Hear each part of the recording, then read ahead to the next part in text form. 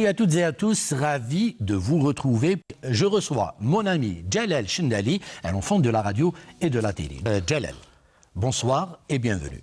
Bonsoir Halim, mesdames, mesdemoiselles, messieurs, bonsoir et bienvenue à ma télé, à moi et à vous. C'est vrai qu'elle est un peu la nôtre, mais finalement c'est votre émission, comme le disait si bien monsieur Halim. سقاس الهجري السعادة والخير إن شاء الله. Ladies and gentlemen, welcome to the Halim Show tonight. Wow. Et alors, qu'est-ce que tu crois je vous avais dit qu'il pouvait faire l'émission tout seul. Là, aujourd'hui, on va vraiment parler de la radio et de la télé telle que les a vécues Jalal Chendali. Alors, tu as décidé de commencer l'émission, et je pense que c'était prévisible te connaissant, par rendre hommage à deux grands artistes algériens qui viennent de nous quitter. C'est vrai, Allah yarhamhum. Allah yarhamhum ou yissa alayhum. À commencer par Rachid Taha, qui nous a brutalement quittés à l'âge de 59 ans, il y a de cela quelques jours. On écoute un peu de Rachid Taha. Il était aux côtés de Fodel et de Cheb Khaled dans le fameux trio 1, 2, 3 Soleil, dans la chanson Abdelkader Ya Boualam. On regarde.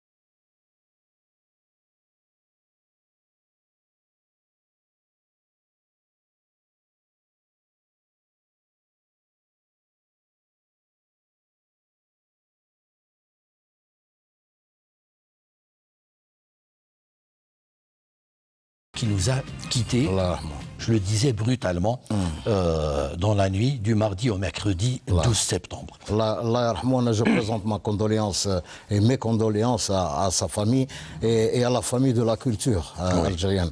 À l'inverse de Fodel et de Khaled dans ces images-là, et peut-être sa chanson, sa fameuse, la reprise d'Ahmed Al-Harachi, يا مسافر تروح تعيا وتولي. Il est revenu.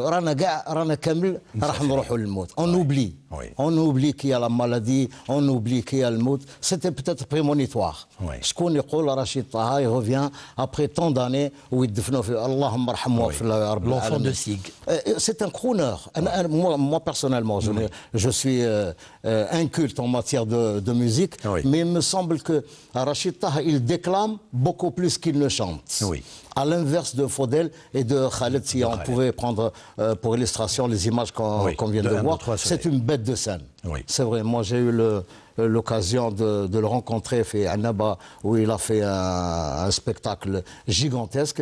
Et pourtant la chanson elle est très très vieille, très vieille. C'est une Waqtum Khaled, c'était ses débuts. Fodel, c'était l'implosion. C'est à partir de là que tout a commencé. C'est la symbiose de l'ère occidentale à la chanson algérienne. C'est ça. Elle a gardé son squelette et c'est bien. Il a réussi un certain métissage en termes de musique que beaucoup n'auraient peut-être pas osé. Mais si tu permets, Jalal, moi ce que je retiens surtout de Rachid Taha, c'est surtout sa forte personnalité. C'est quelqu'un qui s'est toujours battu contre les conformismes, le racisme et toutes les formes de discrimination, quelles qu'elles soient. Exact. C'est pour ça que, d'ailleurs, une fois qu'il monte sur scène, c'est une autre personne. Oui. Tu le reconnais. Excuse-moi de te tutoyer. Non, non, se tutoie. C'est une personne, mais une fois sur scène, où les caméras top, c'est une autre personne, et c'est ce qui a fait sa force. Le deuxième grand artiste qui nous a également quittés, ce mois de septembre, c'est Jamal Allam. Allah yarhamou. Alors, on écoute Jamal Allam dans son premier grand succès, Malade Oral, et on revient juste après.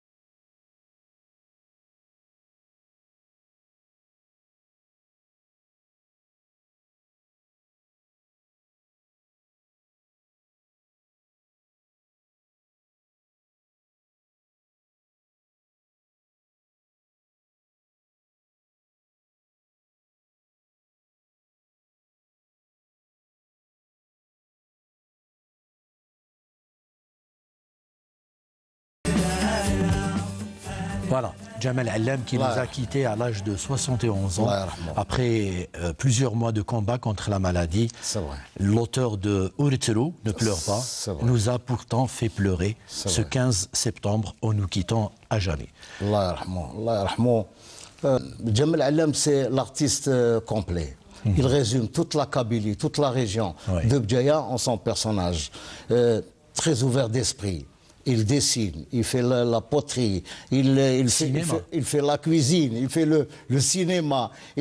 D'ailleurs, si Jamal Allam est là, tout le monde entend parler de lui parce qu'il bouge, il est là. Il ramène toujours cette fraîcheur de jeunesse et la fougue de vouloir changer les choses tout en non pas s'identifiant à la musique extérieure, mais essayant de ramener un plus à la chanson kabyle traditionnelle telle que pratiquée par les anciens, tels que Cheikh Nordin, tels que les anciens. Il a essayé de ramener la chanson kabyle à un autre niveau, la dépoussiérer et lui donner les images نتاع الوعدة etc. les ضبالين etc.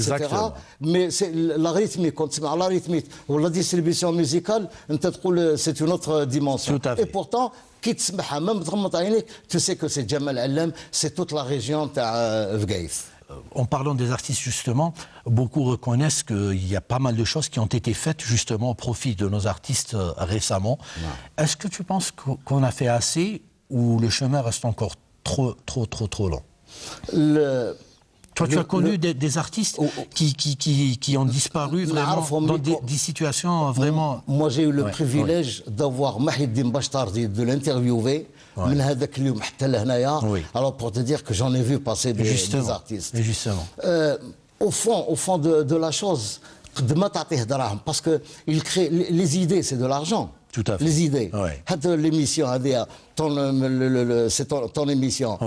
L'idée, c'est de l'argent. Normalement, Je sais que tu encaisses pas mal de fric.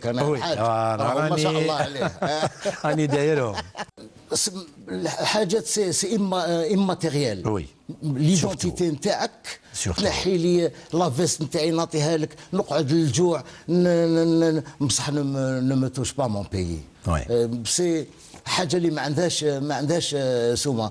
اي اون بلوس احنا الجيل نتاعنا احنا رانا لحقنا بالكليماتيزور لي طابلات الدنيا الماتيريال لاج دي الفول اش دي وهذوك avec 2 caméras, ils te font des clips énormes. Incroyable. Incroyable. تعرف علاش؟ L'amour. C'est ça. L'amour du métier. Oui. L'amour du métier et pas autre chose. Quand tu viens, c'est une barque. C'est ça. Si cette barque, elle est au large et qu'elle prenne l'eau, يروح الرئيس يروح الكابيتان يروح الموسايون ويروح المطلو tout le monde coule. C'est vrai. Donc tu es obligé de réussir au moins par fidélité aux gens qui t'ont donné la responsabilité et cette confiance pour que tu puisses faire ce genre d'émission, ce genre de chanson. Tout à fait. Ces gens-là ne trichaient pas surtout, ils étaient sincères. Voilà. Alors, je reviens à toi, Berton. Hein, on va parler un peu de Jalal. Et je veux commencer par le commencement. Je veux connaître l'enfance de Jalal. Elle était comment? Une enfance turbulente d'abord. رضا حوحو البريمير كلوزير وميسوني وحمتي كامل je leur passe un grand salut. عبالك je ne mérite pas qu'on parle de moi. Je suis pas important aussi important que les images اللي شفتهم كيما جمال علم. كاين صحابي تاسكريبت والريزاتور تاعك يقولوا لي زعما لا مود. moi je suis comme ça. انايا je t'assure والله ثم والله ثم والله ça me fait quelque chose quand les gens viennent me prendre en photo. Prendre une photo. Non, شوف حليم الله يرضى عليك. Je ne suis pas un grand journaliste, je ne suis pas un grand footballeur, je ne suis pas un grand écrivain, je ne suis... سهل à un moment donné il a fallu احنا on communique pas les Algériens. هكذا. On manque ماشي on manque de communication. On ne sait pas communiquer بيناتنا. Tout à fait. Moi j'ai aplani la chose قربت القلوب parce que finalement هاك تشوف جمال علام راح واللي جا اللي سبقوهم كامل راني هذه اللي جازت كامل موت اللهم ارحمهم واغفر لهم يا رب العالمين.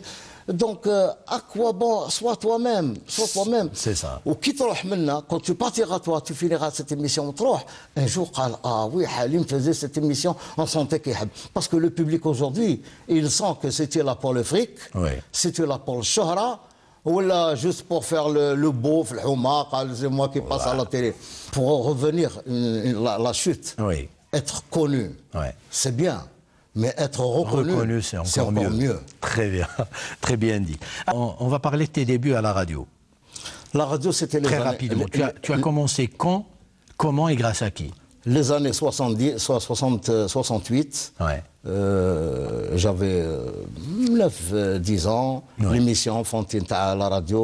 مع محمد بوثلج الله يرحمه علي فضي محمد النها محمد كشرود السيده ساميه نجوى اتسيتيرا اي بي بتيت ابتي ليكيب نتاع التمثيل تاع لا راديو زافي بوزوان دو فوا تاع بور انفون كي يديروا المسرحيات وقت نروح معاهم سي لا و جي كونو لي غران دو سو موند دو موند دو لا راديو. محمد بوثلجة محمد كشرود لي بونت دو لا راديو عبد الله بوزيده عبد النور شلوش بن قطاف متجوبي هذوما كامل خدمت معاهم. ومن الصدف comme par hasard ma première émission de télé je l'ai commencé ici dans ce studio وانا واقف هنايا et en plus en direct. Mon premier passage à la télévision في الديريكت alors tiens-toi bien. tu t'imagines انا كحلوش ما يبانش عليا هو ابيض كي يزعف يبان حمار ولا كي مرضي يتقلق انا كحلوش ما يبانش عليا. vous imaginez من لا راديو j'ai jamais fait de télé. دبر عليا عبد القادر طالبي رحمه الله عليه الله يرحمه شيخي استاذي وصاحبي اللهم ارحمه. D'ailleurs vous avez beaucoup de points en commun la moustache, vous êtes très décontracté, vous mettez les gens à l'aise, l'humilité surtout. C'est simple اللي كتبوا لك ربي ton destin اللي كتبوا لك ربي جاي هاك هو بون نحط يدي على خدي ونقعد على بالي راح نموت على بالي راح نمرض على بالي مومون دوني جو في افوار بوزوان دارجون قل الحمد لله على الساعة اللي راك فيها. Remercie Dieu على le temps présent. Et vis ton présent. Là. Tout à fait. Alors, il y a une autre émission que tu as animée et qui nous a tous marqués, en l'occurrence, Chomoua à télévision. On regarde un petit extrait, on revient juste après. نحب الوطن يا اخويا جلال. نعم. اي دوك انا فنان عنده احساس، يعني نقول يعني احساس شويه زياده على بعض الناس اللي ما يحبش بلاده. نعم. ماشي بنادم انا عندي. فعلا بارك الله فيك. الله يسلمك. بارك الله فيك. من هذاك الوقت جا باش يدير عمليه، هذاك الانسان نعطيكم اسمه، جا يحوس على هذا بزالو حي. الله يرحمهم وربي يطول في عمره ان شاء الله ويرزقه بالصحه والهنا. أما الحاج راك تشوف الريسبتور هذايا، راح نوري لك واحد تصاور وقول لي انت شكون هذوما. هذه تصويرة بوجمعة العنقيس، انت اللي راك بالموندول. حبيت نعرف برك هذيك الطفيله اللي راهي امامك وراها ولد صغير، شكون هذوك؟ تشفى لهم هذا ولا ما تشفى لهمش؟ ايه نشفى لهم على كل حال. راني نشوف الولد وليدي على كل حال، وهذيك جاب لي ربي ماشي طفله ولا طفله. هذيك ماشي طفله، هذوك ولادك في زوج. يعطيك صحه. هذاك مصطفى اللي راه واقف الكبير بالقمجه بيضاء، والطفله هذيك ماهيش طفله، هذيك ولد هذاك فتح الدين. فتح الدين وليدك فتح الدين، انتم ملبسين له طفله بلي كي كاين. شحال عمره ضرب فتح الدين؟ شحال راه عمره ضرب؟ واحد 45 هكذاك. ما وصلش. هذه التصويره نتاعو.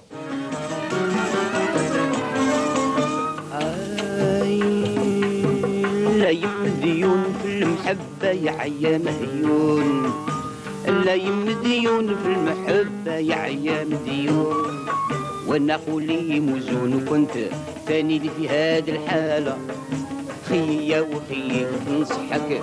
لي شرف ان استضيف نقدر نقول امهم الحاجه شريفه. نعم. مرحبا بك الحاجه. بك وهلا سيدي، مساء الخير عليكم. عسلامة نون. الله يسلمك، نعيش ربي ان شاء الله. ديناكم مساء الخير شعب الجزائر. مرحبا يسمى ثسده هكا يقار هكا ربي ان شاء الله. الله يسلمك. ايزم. الله يسلمك.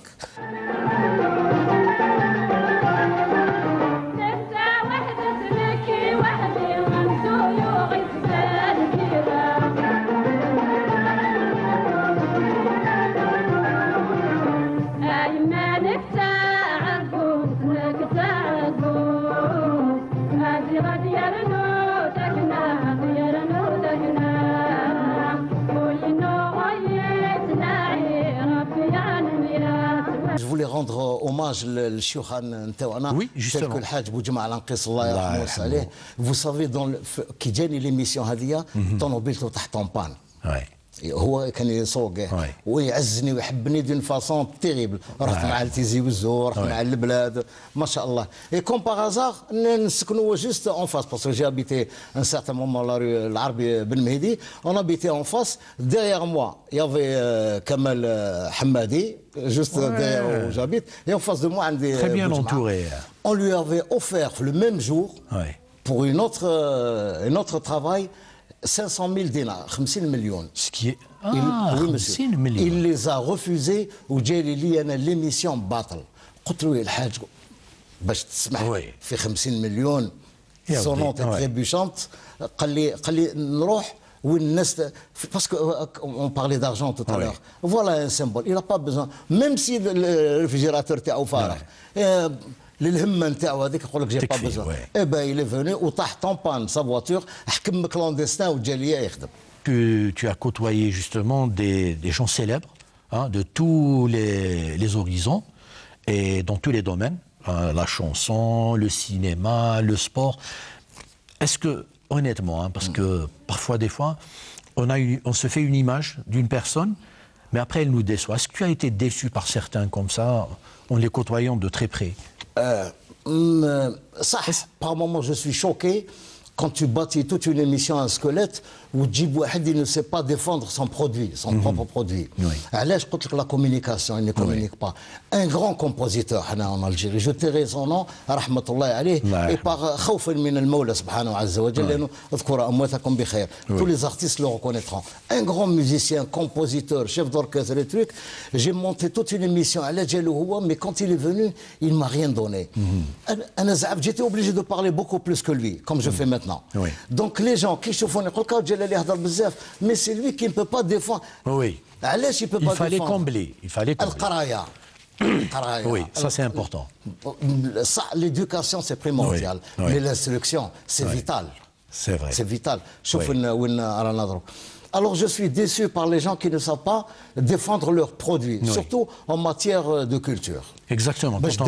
L'identité algérienne, c'est vrai. Il faut que tu représentes dignement l'Algérie. C'est le reproche qu'on peut faire à pas mal de jeunes notamment, parce que être artiste, c'est pas que savoir chanter ou savoir tourner et tout. C'est trois choses. C'est trois choses. 1, 2, 3. Comme dans le tiers, c'est dans l'ordre. 1. C'est primordial l'éducation que tu as reçue par tes parents. 2, le don que Dieu t'a donné. في الموسيقى, في الغناء, في لعب الفوتبال, في الدنيا, في l'animation. C'est comme tu veux. Et troisièmement, c'est le travail. Le travail. Tu la dépoussières, tu la décortiques, tu essaies d'améliorer, tu sens, tu chauffes. Ne regarde jamais ceux qui t'applaudissent. Parce que c'est acquis ça. Surtout les Algériens. Oh, c'était bien. Quel l'autre style? Oh, voilà, oh, catastrophe. D'accord. Je comprends. Mais casser des gens pour les casser, c'est tout. La critique, c'est bon. C'est constructif. Farid Al-Atrache, le grand musicien, il est petit de taille. Il a été se plaindre chez son maître, l'Oustad Mohamed Abdelouahab. ما يتهمونش انا نحفظ العنقان نحفظ بياف ام كلثوم عن ظهر قلب الجيريان عادي exactement. راح فريد الأطرش يشكي لمحمد عبد الوهاب lui a dit voilà je suis petit de taille je chante des chansons mélancoliques قال له غمنا قال له d'où tu as su ça قال له les lettres on m'a envoyé on m'a accusé de je ne sais pas quoi قال له ramène les lettres جاب له الباكيت قال له شويه قال له بزاف قال له جيب شويه او تعرف كاع باش مهندس وكاع دكتور مي بون جاب له الباكيت لاتر قال له حطهم في الارض قال له مونت قال له شد فيا وطلع فوقهم قال له الوغ قال له قبل ما تطلع وكي طلعت كيف قال له même si on te critique. C'est ça qui te permettra justement d'évoluer. Oui, très bien, c'est très bien dit. Je pense que tu as compris qu'on est pratiquement à la fin de l'émission. Non, déjà. Il reste juste le temps de conclure. Alors je te laisse dire ce que tu veux pour la fin. Je dis surtout les jeunes Tawana, si j'ai un message aux jeunes Tawana, soyez patients. C'est maintenant. L'Algérie a besoin de vous maintenant. Maintenant. L'ambition مليح بصح يقول السطايف يقول درجة بدرجة. تحياتي المدام.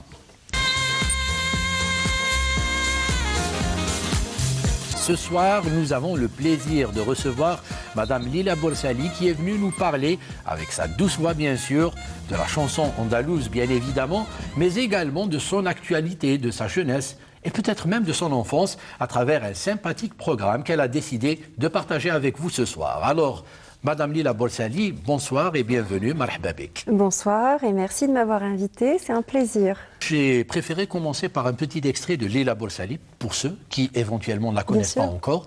Donc j'ai choisi deux passages, l'un lors d'une émission Aoutar, réalisée par notre ami Hakim Laroussi, c'était en 2012, si vous vous en souvenez. Et puis un autre passage, c'était dans Fnanin Live et c'était en 2015.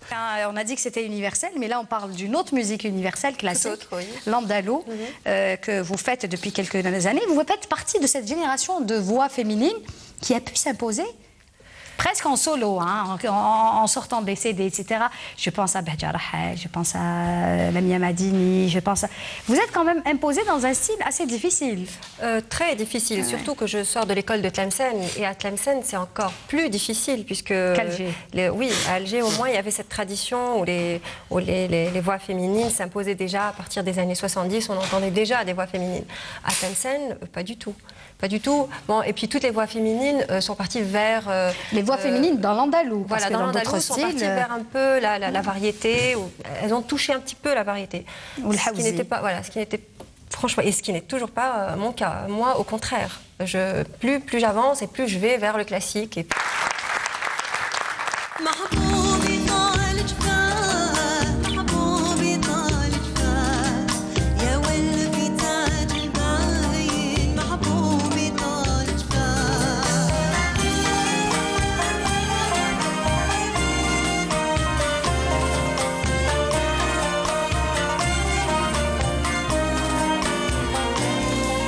محبوبي تاج الباين زينك ما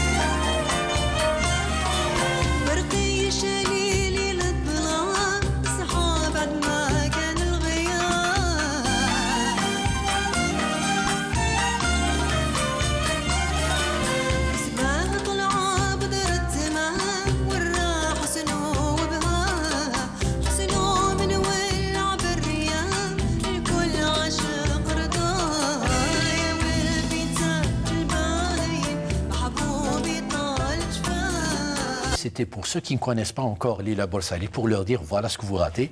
Donc désormais, si vous voulez écouter du Lila Borsali, c'est disponible. Oui, bien sûr. Bon, là, c'était une expérience, Studio Live, c'était une expérience assez particulière avec Amin Dahan et j'étais vraiment ravie d'avoir fait cette émission. Ouais. Et l'émission d'avant, c'était vraiment... là, j'avais quelques kilos en moins quand même. et c'était une émission incroyable parce que ça a marqué en fait un petit peu ma carrière. Oui. Vous vous plaignez lors de cette émission justement du fait qu'il était difficile pour une jeune fille de s'imposer dans le monde andalou à Tlemcen. Est-ce que ça a changé depuis? Est-ce que la réussite de quelqu'un comme Lila Borsali a contribué justement à faire avancer un peu les mentalités, à les changer un peu? Alors bon, c'est difficile. Bon, j'ai peut-être été un petit peu fort. Vous savez, quand on se réécoute, des fois on se dit, bon, on a peut-être été un petit peu fort. Oui, bon, ça reste quand même pas simple. Parce que ça reste quand même un milieu masculin. Aujourd'hui, de moins en moins, parce qu'il y a de plus en plus d'interprètes féminines. Et puis, bien sûr, j'espère qu'on donne au moins l'exemple et le bon exemple et qu'on donne envie aussi à d'autres jeunes filles de continuer dans la musique. Pas forcément comme un métier, mais au moins de continuer dans le milieu associatif. Alors bon, oui, ça reste quand même difficile. Hein. Revenons à votre clip, puisque vous en parliez tout à l'heure, c'est plutôt rare de voir quelqu'un dans le monde comme ça de l'andalou, où on nous taxe souvent de conservatisme, d'être des gens carrés et tout, de se lancer dans une telle expérience. Alors comment est venue l'idée du clip justement ? Alors d'abord, moi, le conservatisme, oui, je suis pour les conservateurs, mais pour conserver ce que nous avons déjà aujourd'hui. Moi, comme je suis passée déjà dans une autre étape de ma carrière, qui est donc l'écriture de nouvelles paroles et de nouvelles mélodies, j'aime bien à chaque fois apporter quelque chose de moderne. Enfin, moderne. Je ne sais pas quel est le mot, en fait, qui convient réellement à ce qu'on fait, mais disons, ramener une vision plus actuelle, rattacher la musique à des problèmes peut-être de la société d'aujourd'hui. Et c'est ce qu'on fait dans cet album-là. Et donc, l'image fait partie aussi de cette démarche-là. C'est-à-dire qu'il faut vivre avec son temps. Et aujourd'hui, tout se passe avec l'image. Aujourd'hui, on regarde, on lit tout à l'image. Toute l'information, le son, tout ce qu'on fait dans la vie est lié à l'image. Et donc, il était pour moi tout à fait logique de s'adapter à cette nouvelle réalité. Voilà. Par contre, je ne voulais pas le faire juste comme ça pour le faire. J'attendais le bon moment. Et surtout, je travaille d'abord avec M. Belkacem Hadjadj, qui est donc une sommité. Et puis, on fait vraiment un court-métrage musical. C'est un clip court-métrage, voilà. Et puis bon, ça résume en fait l'album, tout l'album qu'on va présenter. Alors, on va découvrir votre playlist, votre programme. Et vous aviez choisi de commencer l'émission avec une très, très belle voix et une très belle chanson aussi. Une chanson de Fatah, si je me souviens bien, c'était Ya Moulati Ya Lalla. Ya Moulati Ya Lalla. Alors, Fatah avec Ya Moulati.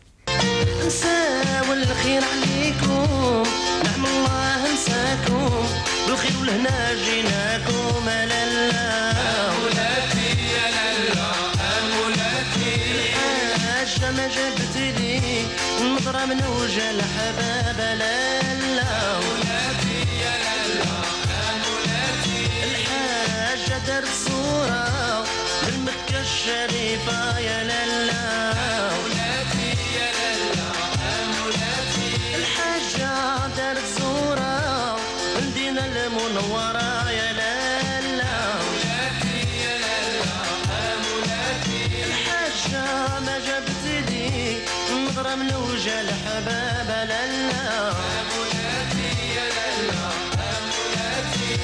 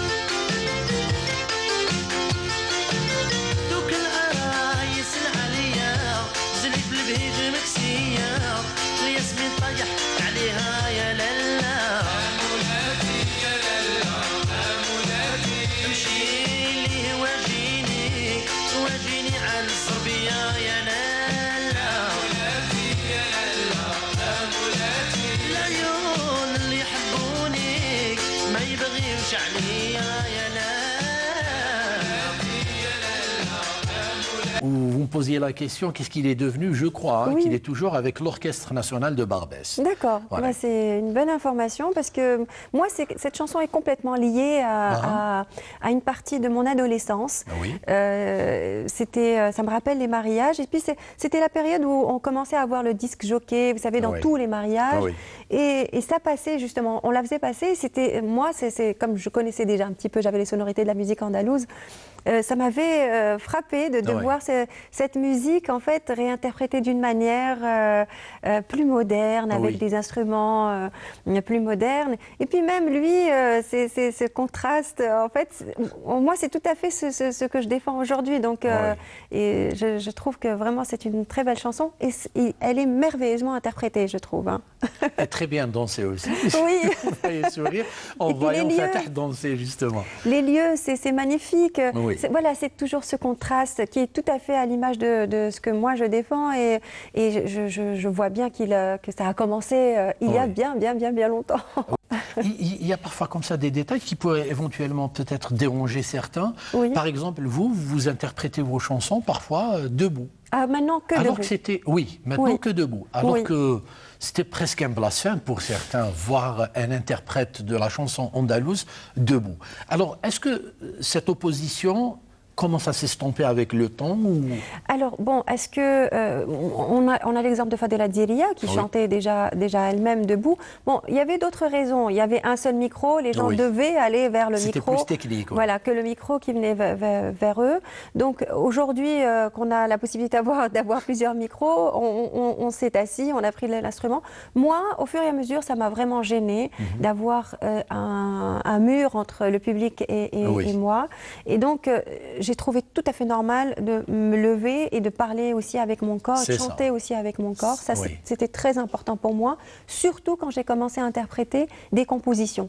Là, vraiment, j'étais dans le texte, j'essayais de m'identifier ou de vivre, du moins, le texte, et j'avais besoin de chanter avec mes mains, j'avais besoin d'être avec le public, et le fait d'être assise avec un instrument, moi, me gênait. Ça ne veut pas dire que c'est le cas pour tout le monde. Alors, il y a beaucoup d'interprètes, depuis, qui se sont levés, j'ai envie de dire, et c'est tant mieux, c'est très bien. Si ça leur convient, c'est très bien.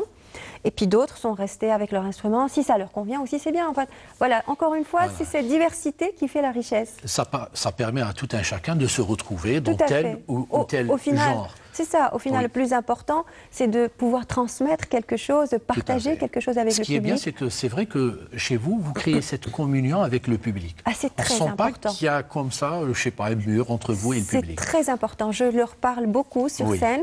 Peut-être que ça peut déranger. C'est ce qui m'a frappé, justement. Ça peut déranger certains. Eh bien, écoutez, j'ai envie de leur parler, de partager avec eux chaque moment. Des fois même, on rigole ensemble sur scène. Il n'y a pas que la musique qu'on partage, il y a aussi tout le stress qu'on peut avoir sur scène aussi. Je le partage avec le public et ça me permet de créer une complicité avec eux et c'est très important pour moi, oui. Alors, justement, pour revenir à la chanson andalouse, quelle est selon vous la place de la chanson andalouse chez nous, ici en Algérie?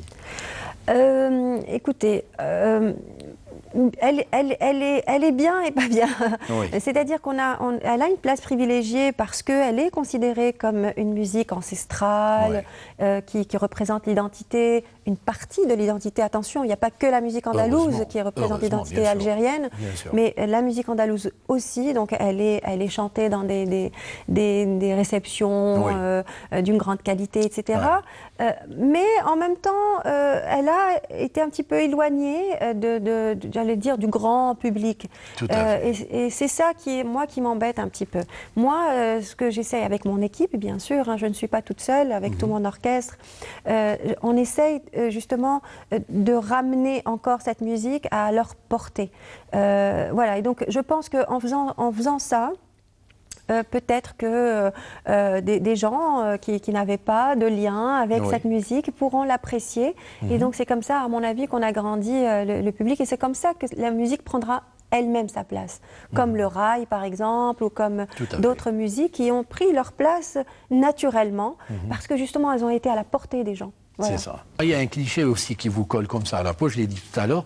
comme quoi vous êtes des gens trop sérieux, vous êtes des gens trop carrés, vous n'aimez pas rire et tout. Eh bien, je vais vous prouver que c'est tout à fait l'inverse avec Lila Bolsali, puisque son deuxième choix s'est porté sur une série qui nous a fait marrer, et combien de fois déjà.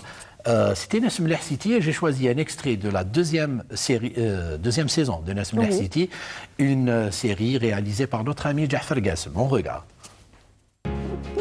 Excellent. En tout cas, on s'est très bien marré, et merci pour cette séquence. J'ai fait mes calculs, et si je ne me suis pas trompé, lorsque cette série passait, vous étiez en France, non? Tout à fait. J'étais en France, et moi, ce qui m'avait frappé justement dans cette série, c'est que j'avais vraiment remarqué le changement. En fait, on regardait la télé algérienne, c'était toujours très, on va dire, voilà. Là, il y avait un changement. Il y avait un changement dans l'image, il y avait un changement dans le son, il y avait un changement dans les acteurs formidables. Il a réuni de très grands acteurs. Vraiment, j'ai trouvé que c'est... Moi, j'avais remarqué ce changement-là. Et Ja'far Gassem, je pense qu'il a apporté. Il a apporté ce changement-là. J'étais très timide quand j'étais petite. Vraiment, j'avais du mal à aller vers les gens. J'étais tout le temps dans mon coin. Et puis, le fait d'être dans un pays où il fallait bouger, tout à fait. On n'avait pas un autre choix que celui-ci. Personne ne pouvait faire les choses à ta place. Et donc, forcément, ça construit une personnalité. Et je pense que ma personnalité s'est construite en France, réellement. Ben oui, parce qu'en 18 ans, disons... Voilà, c'est maintenant qu'on commence à façonner un peu notre personnalité. Notre personnalité d'adulte. Donc, c'était crucial pour vous. Oui, tout à fait. Vous êtes rentré en 2009, je crois. Oui, alors... Vous êtes entré en 2009 et vous êtes pratiquement tout de suite engagé dans une carrière professionnelle. Après plus de 20 ans, je dirais, passé dans le mouvement associatif que vous qualifiez de démarche militante. Et j'ai beaucoup aimé justement ce terme de démarche militante. Oui, toutes les personnes justement qui s'engagent dans les associations sont pour moi des personnes militantes dans le secteur de la musique, parce qu'on fait ça évidemment gratuitement, on fait ça pour la musique, mais aussi pour soi, pour le plaisir de pratiquer cette musique. Et je trouve cette façon de faire, je trouve que c'est du militantisme. Et encore plus quand on est en dehors du pays, il faut vraiment le vouloir. Dans une grande ville comme Paris, se prendre le temps d'aller répéter, de constituer une association, tout ça pour moi c'est du militantisme. Mais on va peut-être parler de votre jeunesse, votre adolescence, et pour le faire, je crois qu'il est préférable de voir votre avant-dernier choix, et vous avez choisi le feuilleton Flamingo Road. Hein? Oui.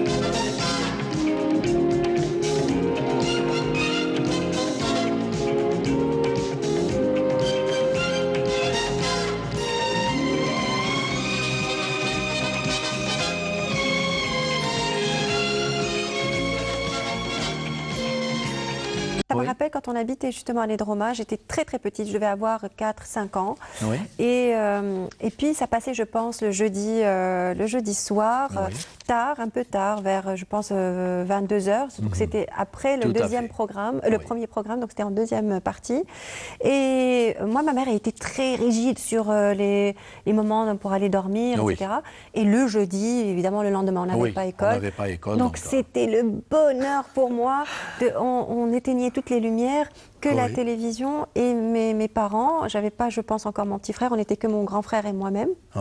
Et puis on se blottissait contre nos parents et on était fascinés par ces acteurs, et puis ces actrices toutes fluides, toutes fines et avec une chevelure incroyable. C'était pour moi, quand j'étais petite, j'étais fascinée par tout ce monde. Ça vous faisait rêver? Oui, ça me faisait rêver. Et puis j'étais toujours, je me rappelle, toujours énervée quand ça se terminait. Il fallait attendre la semaine d'après pour pouvoir voir la suite. Oui. Et voilà, donc c'était vraiment un moment que je vivais avec mes parents à 100%. Un dernier mot pour les téléspectateurs. D'abord, je vous remercie, vous et toute l'équipe. Et je remercie tous les gens qui me suivent et je leur dis, j'espère que je serai toujours à la hauteur de leurs attentes. C'est important pour moi. Ce soir, je vous invite à faire avec nous un voyage dans le temps. Un voyage fantastique avec pour guide une conteuse qui n'est autre que notre amie Siham Kennouche, que vous connaissez certainement puisqu'en plus des contes, elle porte plusieurs autres casquettes. L'équipage de Ma Télé à moi, à sa tête notre pilote Siham Kennouche, vous prie de redresser vos sièges et d'attacher vos ceintures car notre tapis volant va bientôt décoller. Siham, bonsoir. Bonsoir, bonsoir Halim. Siham, la conteuse. Oui, je bien. Avant d'être conteuse, les gens connaissent Siham à la télé et à la radio, c'est bien ça? Exactement, oui, bon, ça s'est passé en même temps en fait. Donc c'est vrai qu'il y a eu la télévision, la radio d'abord, la radio. Donc Siham Kennouche, c'était plus un nom radiophonique, c'était des émissions de radio, des rubriques, les prénoms à la radio surtout, etc. Et puis il y a eu une aventure donc à la télévision. Nous avons commencé avec Hayeddin Khaldi dans l'émission Aoutar, dans le même studio, donc ici même. Studio voilà. Et voilà, ça a continué, ça s'est jamais arrêté. Comme quoi, quand on attrape le virus. Non mais c'est vrai, هكا واش يقولوا زمان يقولوا كي تروح تقطع سناسل وكي تجي تجيب سبيبه. كيفاش كي تروح تقطع سناسل وكي تجي تجيب سبيبه. Ce n'était pas mes projets, radio, télévision, devenir carrément une femme des médias ou c'est venu comme ça. Voilà. Des fois, c'est des choses qui viennent vers vous et ce n'est pas vous qui choisissez. Alors, pour ceux qui ne connaissent pas Siham Kennouche, la conteuse, j'ai retrouvé des images de toi dans une émission où on avait collaboré ensemble, ça remonte à 3 ou 4 ans de cela, et c'était lors de l'émission En attendant le Maghreb. C'était une émission que Canal Algérie proposait à l'occasion du massacre de Ramadan. On regarde.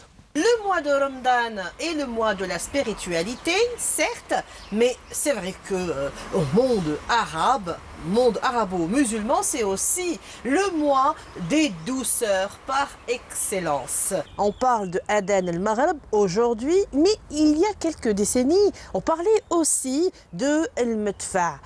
Ma grand-mère, je me rappelle très bien, disait « Mais bon, je n'ai pas vécu en ces temps-là où il y avait un coup de canon. » Cette fois-ci, eh bien, une tradition qui a disparu de nos rues aussi, il s'agit du crieur du matin, celui qui appelle au sahur. Bon, nous, on connaît tous celui qui, la première fois dans l'islam, a appelé à la prière. Il s'agit bien sûr de Bilal ibn Rabah. Mais est-ce qu'on connaît celui qui a crié et qui a appelé au sahur pour la première fois? Aussi une tradition malheureusement qu'on ne retrouve plus chez nous. Bon, à une certaine époque, c'était très difficile, ou c'était véritablement difficile de se réveiller à l'aube pour prendre son sahur. Bon, le muezzin, on l'entendait à peine, il n'y avait pas de télévision, il n'y avait pas de radio, il n'y avait pas de réveil non plus. Donc, la présence du crieur du sahur était presque obligatoire. Et on ne va pas chercher loin, celui qui a crié au sahur pour la première fois, c'est aussi celui qui a appelé à la prière, c'est-à-dire Bilal ibn Rabah. Le prophète Mohammed sallallahu alayhi wa sallam lui a demandé de réveiller les gens pour prendre leur sahur. Eh bien, c'était lui avec sa propre voix seulement. Plus tard, l'islam est passé vers le nord, c'est-à-dire vers le pays du Levant, vers le Liban, vers Damas, vers l'Irak. Il est aussi parti très loin vers le Maghreb. Il est arrivé jusqu'en Andalousie. Et voilà, on a instauré chacun une tradition pour appeler les gens au sahur. Quelqu'un avec un tambourin, quelques-uns avec une petite derbouka comme chez nous, ou avec un petit tabl, avec des petites nahrat. Et tous ces objets étaient forts et ils pouvaient réveiller, bien sûr, ceux qui dormaient profondément. Seulement, une tradition existait quand on savait que dans une certaine maison, une telle maison, il y avait un malade, eh bien, on passait en douceur, sans crier à la porte. Ceci, par respect au malade Halim. Entre moi et vous, moi, je ne suis pas très sahur. Salam alaikum. Au revoir. Maintenant, tu sahur. Je peux pas. Maintenant, je ne peux pas manger. Ah, non, mais j'arrive pas à manger. Siham, conteuse, ça me paraît un peu bizarre parce que je sais que tu viens d'une famille de sportifs. Tout à fait. Alors, c'est quoi ton histoire avec les contes? Bah écoutez, c'est là. On parle de Khaja, il y a Halim. Bon, je vais te tutoyer, hein, je vais être plus à l'aise. Voilà, heureusement. Okay. Très bien. Mes parents ont fait du sport. Donc, c'était des conseillers de sport. Ils ont fait beaucoup de terrain à un certain âge quand j'étais petite. Donc, Siham, la pauvre petite Siham, je me le primaire et personne n'était à la maison. Donc, il y avait ma mère qui m'attendait. Et Tedini, elle faisait sa séance d'entraînement, donc c'était elle la monitrice, et ou là mon papa, et puis moi j'attendais comme ça sur les gradins ou là sur le gazon du stade.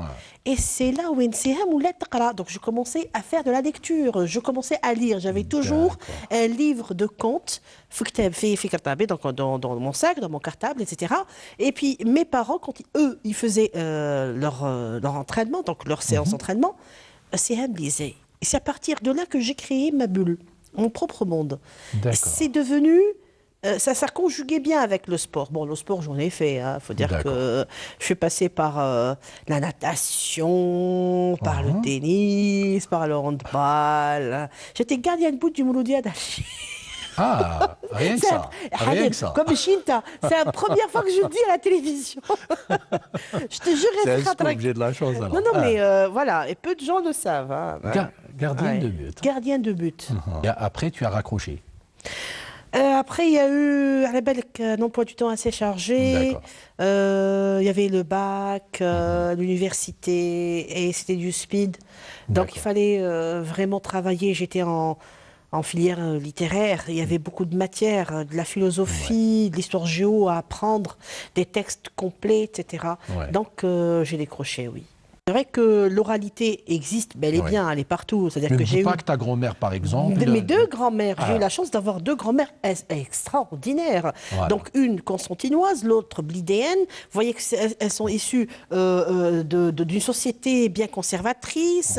Et la constantinoise, je vous dis pas, ça racontait des histoires. D'ailleurs, elle les a même transmis à mon père et mon père m'a beaucoup raconté ce genre il y avait même des histoires qui faisaient peur. L'autre aussi, elle me racontait énormément de choses. Ce sont des choses que j'ai retrouvées plus tard dans mes études, c'est-à-dire dans les livres, les manuscrits de mythologie, les manuscrits de légendes algériennes, etc. Je dis, tiens, donc c'est quelque chose dans lequel j'ai baigné. Je voulais te proposer justement une petite halte musicale. Et super. Tu as choisi Raina Rai, et je ne suis pas étonné parce que c'est un groupe qui revient tout le temps. Et franchement, c'est mérité. Donc tu as choisi Raina Rai avec la superbe chanson Lalla Fatima.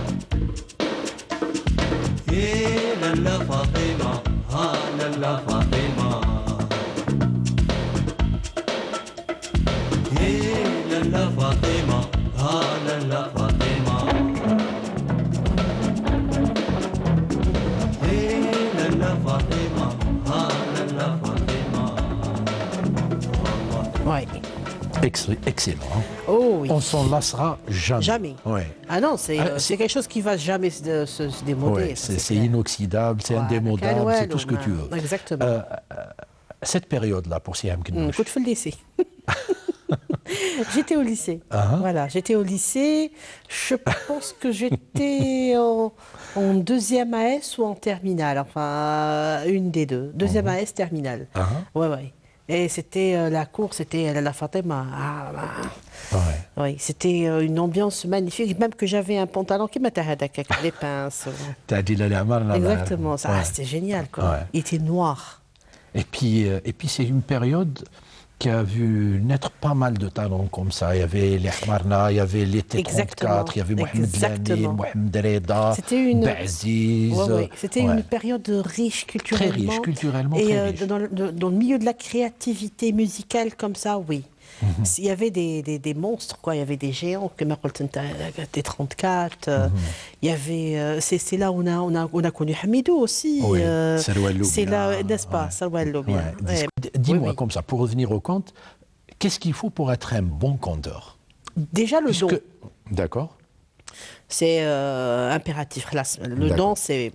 Si on n'a pas le don, c'est pas la peine d'essayer. Si vous ne captez pas, c'est pas la peine. Ouais. Il faut avoir une certaine manière de s'exprimer, une certaine manière, une certaine diction. Donc il faut s'exprimer clairement. Oui. Et il faut être cultivé. Ouais. Il faut vraiment avoir lu, connu les contes. Il faut faire la différence entre les contes de Perrault, les contes de Grimm, les contes d'Anderson, des contes universels. Et puis savoir connaître, ah, ça c'est un conte africain, ça doit être un conte japonais, ça doit être un conte maghrébin. Il y a aussi une chose qui me frappe, parce qu'on avait collaboré comme ça plusieurs fois, toi et moi, c'est l'expression par le corps aussi. Ben oui, la gestuelle. Oui, attendez, il faut, oui. Parce que, bon, non, il faut à un certain moment avoir un éclat de visage, il faut avoir un teint un petit peu sévère, votre main, il est tombé amoureux. Vous voyez, ça va dans le geste, comme ça, amoureux, et tu vois le cœur en train de battre.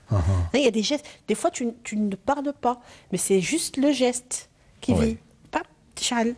Et ça, c'est énorme parce que ça ajoute. Mais je vous assure, c'est pas... Mais dis je c'est-à-dire qu'il y a des choses que je aussi. C'est pas évident. Du jour au lendemain, tiens, je vais devenir conteur. Actuellement, malheureusement, nous confondons entre conteur artiste et conteur animateur de colonies de vacances ou animateur de maisons de jeunes. Je n'ai rien contre cela. Moi-même, j'ai fait beaucoup de colonies de vacances. J'ai fait beaucoup d'animations dans ma vie. Mais attendez, il y a des principes, il y a des règles. Donc je pense que ce n'est pas donné. Ce n'est pas donné du tout. Quand Blanche-Neige se transforme à Fulla ou Al-Aqzam Sab'a, on est à côté de la plaque. On est à côté de la plaque. Je veux dire que Blanche-Neige, c'est un conte européen, allemand, pour que ça soit respecté, c'est comme ça et pas autrement. Ce n'est pas Fulla ou Al-Aqzam Sab'a. Vous voyez ce que je veux dire? Donc, il y a une certaine culture à respecter. Il y a des normes. Il y a des normes universelles. Et quand on est conteur professionnel, on les reconnaît tout de suite. Ah, lui, il est professionnel. Non, lui, il est amateur. Pour continuer à parler des contes, moi je te propose quelques séquences de quelqu'un qui nous a tous marqués, je pense que toi aussi, avec sa façon de raconter justement des histoires. C'est Sadr El-Kbir que je vous propose de regarder. Ah, ça c'est bien. Voilà. عالدين وقالت له ولدي ها بقى المصباح هذا بالك تجي تبيعه ولكن راهو المصباح هذا مسخ خليني نمسحه. اتلاحت عالدين هزت شويه رمل وبدات تمسح في المصباح. منين حكت المصباح هذاك الدنيا تقلعت. على الدين مسكينه عيطت تيمه وتغاشات. وقدام على الدين ثاني على الدين شاف الجن الاول هذاك اللي خرج من الخاتم، ولكن هذا خرج من الدار ولا خرج طالع للسماء. على الدين كي شاف الموت خلعت قال لها شاف مع السيد هذاك، ولكن على الدين والف بالجن الاول قال له واش تسحق يا سيدي راني في طاعتك. قال له على الدين ما نسحق والو جبنا غير ناكلو. منين قال له غير جيب لنا ناكلوا التزن هذاك ولا دخل في المصباح هذيك وفي الدار كانت الاكل على كل لون. واش كانوا جاب لهم؟ مأكولات يا احكي لي على المأكولات هذا واش كان؟ دجاج. وعلاش تقولوا ديما الدجاج وما تقولوش السرادك؟ ها هيا روح زيد. السرادك ايه صحيح. هذاك الفواكه. واشنو الفواكه؟ فواكه البرتقال. ايوه. التفاح. اها. الموز. ايوه. العنب. ايوه. الإيجاز. ايوه. Tu te souviens de cette émission? Bah, écoute, alors dis-moi, comme tu voyages beaucoup, est-ce que tu as rencontré Sadr El-Kbir un jour? Et qu'est-ce qu'il devient? Parce qu'on l'a perdu de vue. Bah, il est entre l'Europe et l'Algérie, mais il est là, il produit toujours, hein, il est là et il existe. Tu discutais avec lui, tu dis nous avons tous pris un exemple de vous, vous étiez notre idole, quoi. Ouais. Et je n'ai jamais pensé qu'un jour je ferais la même chose que Sadr El-Kbir. Yani, ça, c'est de l'inconscient. Vous voyez, à quel point il nous a influencés comme étant petits, que Radat Fina, quoi. On a grandi, on essaye de... Quand tu le croises comme ça, il te donne des conseils. En fait, il m'a jamais regardé, il m'a jamais vu compter. D'accord. Il m'a dit, justement, il remarque à lui-même, ben oui, voilà, c'est anecdotique, mais c'est comme ça. Hein. Il ne m'a jamais vu sur scène. Mais en fait, parce que moi, je ne suis pas très folklorique comme ça. Parce que là, c'est une méthode ancienne, ancestrale, ce qu'on appelle la méthode traditionnelle ou folklorique. Moi, ce que je fais, c'est compter sur scène, c'est-à-dire un conte chaud. Okay. Voilà, donc il faut maîtriser l'art de la scène et l'art du récit. Il faut savoir se tenir, comment marcher, comment être dans l'ombre et la lumière, tout ce qui est sérigraphie, tout ce qui est scénographie, savoir capter quand vous avez 800 personnes face à vous. Ce n'est pas comme vous avez des enfants autour de vous. C'est complètement différent. Je vous dis que l'ambiance n'est pas la même. Et quand vous montez sur une salle ou une scène où la scène, c'est-à-dire est allumée et le public, vous ne voyez rien du tout, là, faut maîtriser. Ouais, c'est clair. Voilà, parce que Mathieu Femme, et avec la main. Alors vas-y, là, c'est là où le don, c'est là où il a la maîtrise. Il faut rebondir. C'est ça. Parce qu'il ne faut pas laisser avec le... Oui, il faut que ce soit interactif. Ah non, il ne faut pas laisser. C'est ce qui fait qu'après, chaque spectacle est différent d'un autre, parce que ça dépend de la réaction des gens. C'est ça, le conteur. Il y a de l'improvisation. Parce que des gens pensent que le conte, c'est écrire une histoire, l'apprendre et venir la réciter. Là, c'est pas du tout ça. Du tout. D'accord. Du tout, parce que c'est comme une shorbata amdan. Elle n'a jamais deux fois le même goût. C'est vrai, c'est vrai. Jamais. C'est vrai. Ça dépend du concentré de tomate, ça dépend du sel, ça dépend... C'est comme ça. Ça dépend du public, oui. Et de l'humeur du conteur aussi. Tout à fait. Donc on ne va pas raconter le même conte 1000 fois pareil. D'accord. Alors, dis-moi comme ça, rapidement, quelle est la place du conte chez nous aujourd'hui? Bon, c'est une question de muhadara. Rapidement, quelle est la place du conte? Il existe le conte, mais il faut aller le chercher. C'est-à-dire que maintenant, la technologie a pris le dessus. Nos enfants ont perdu cette capacité et ils ne sont plus aptes à écouter. Ils ne savent plus écouter. Parce qu'on prend le Goethe, qu'est-ce qu'il a dit? Parler est une nécessité, écouter est un art. Et cet art d'écouter, on ne l'a pas. On ne leur a pas appris à écouter. On ne l'a pas développé chez eux. Non, on ne l'a pas appris. Mais en cherchant comme ça dans nos archives, j'avais tapé Sadr El-Kbir et je suis tombé sur un film que franchement... il ne me semble pas avoir vu. Je ne sais pas si toi tu l'as croisé un jour. C'est un film qui est fait à base de dessins d'enfants et qui parle un peu des traumatismes subis par ces enfants durant la guerre, justement de libération nationale. Et c'était réalisé par Sadr El-Kbir et Azzdin Mdour, le regretté Azzdin Mdour. On regarde quelques séquences et on revient juste après.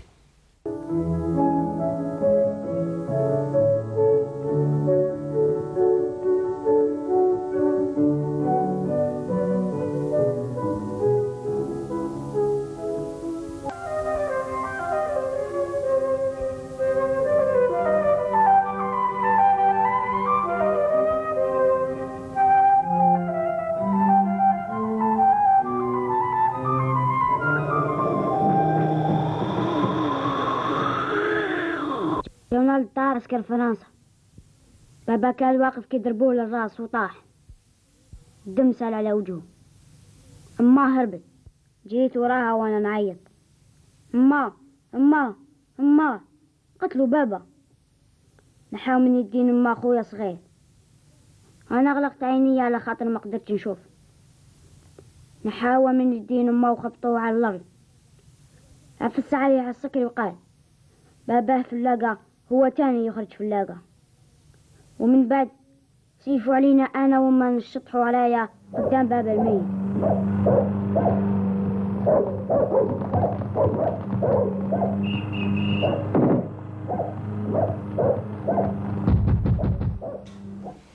Voilà. Al-Bint ou al-Faracha, autrement dit, la fillette et le papillon. Donc tu es comme moi, tu ne te souviens pas avoir croisé ce film? Non, du tout. D'accord. C'est intéressant. Moi j'ai choisi justement ces séquences parce que je voulais que tu nous dises, en fin de compte, un conte ne sert pas qu'à distraire ou à divertir. Il peut aussi être une thérapie. Une thérapie très forte même. Ouais. Actuellement, il est utilisé dans les grands centres psychologiques et psychiatriques comme thérapie, ça existe. C'est-à-dire qu'il y a eu de grands psychiatres qui se sont intéressés au conte pour créer donc un soin ou un suivi de certains malades. Même que, peut-être que je vais t'étonner, mais certains contes de Perrault ou certains contes de Grimm, au fait, c'est d'éducation. Quand on raconte, par exemple, Le Petit Chaperon Rouge, ça a beaucoup de notions et de valeurs derrière. Ça apprend à la jeune fille de ne pas écouter le premier croisé, le premier venu. En fait, c'est ça la véritable moralité du conte. Voilà, on ne nous disait pas comme ça directement, mais balaké. Et le loup. C'était pas direct, mais c'était Le Petit Chaperon Rouge. Ça n'a rien à voir avec Layla wa Dhib. Je le dis une autre fois parce qu'on le traduit, on dit Layla wa Dhib. Mais on se Layla. Layla, c'est toute une autre histoire. Layla wa Qais, d'accord. Mais Layla wa Dhib, non. Le Petit Chaperon Rouge, voilà, et c'est une.